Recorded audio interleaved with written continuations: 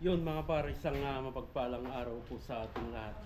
So, Bintawan Sur, Villaverde, Nueva Vizcaya project, ano po. So, first vlog po natin ito dito sa ating YouTube channel, ano po. Pero kung gusto nyo pong balikan mga idol, yung aking previous uploads sa project po na ito, pakipollow po itong aking page, Marvin Balitada King Construction Ideas. Ito po siya. Yan. So, i-update natin mga par itong project po natin na ito. Ano po? Yan. So, dati mga idol, itong nakakabit dito ay plywood. Ano po? So, pinabago na po ng may-ari at ginawang plain PVC. Ano po? So, ito po yung kulay.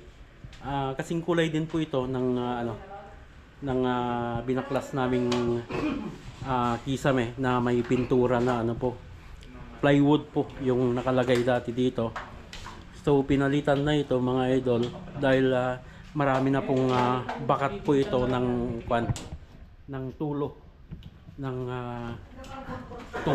tubig ulan ano po. So, maraming butas yung yero. Naglagay na kami ng ano kanina ng pantapal sa mga butas. Although may mga papalitan po kami na yero dito, ano po.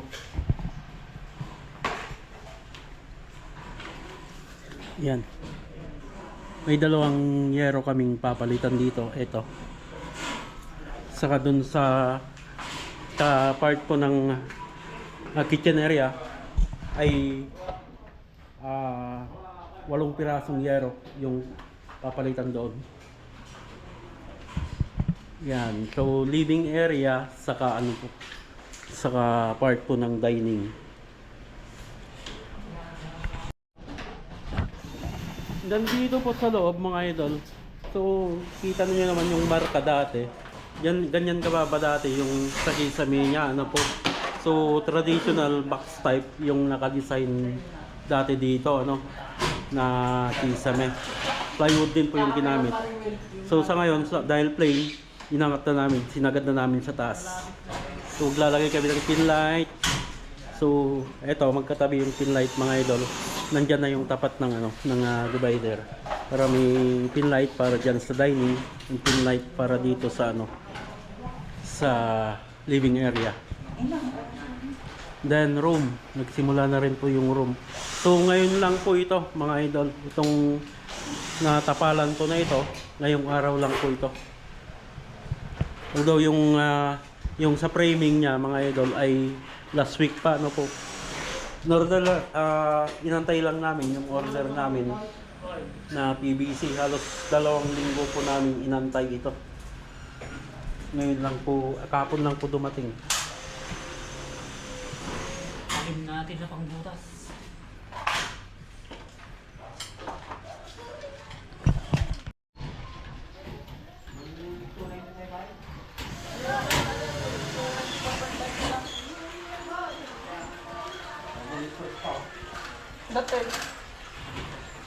Dati na idol.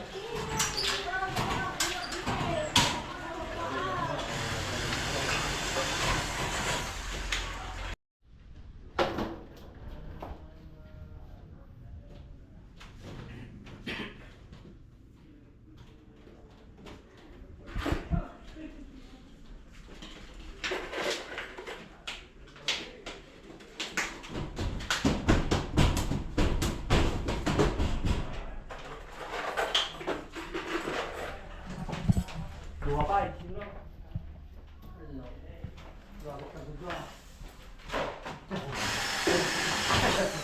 Nabigyan 1/4 rin ako eh.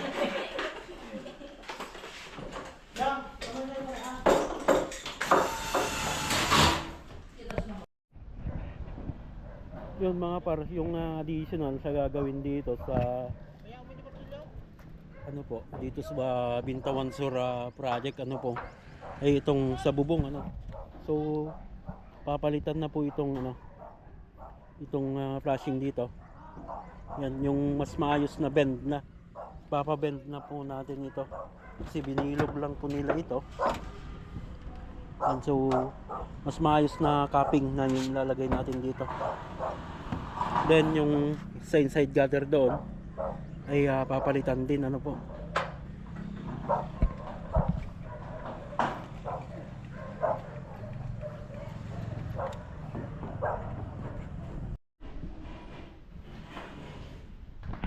Yun o mga par. So, ngayong araw lang naman po ito. Ano. So, tapos na yung part ng sa dining area at saka sa living area. Ano po. Then tapos na rin po dito sa ano sa room 1. Then patapos na rin po dito sa ano room 2. So ito siya. Then dito naman sa terrace. Yan. So pag PVC ceiling ano mga idol lalo na plain ito yung easy to install ano po ng mga ano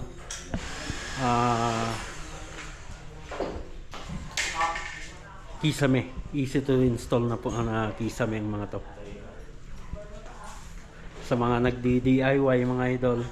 Pwede nyo pong balikan ano po or i-follow yung aking page para makita nyo po yung aming mga paraan po doon. Then dito sa aking YouTube mga idol, pwede rin yung i-subscribe at pa-hit sa notification bell para updated kayo mga par sa ating mga video na ina-upload. Yan. Yun mga par, so bago natin tapusin yung video natin ngayong araw, ay papasalamat po tayo ano po sa may-ari po nitong bahay sa tiwalang binigay po sa tropa. Thank you so much sir and madam, God bless po and God bless your home.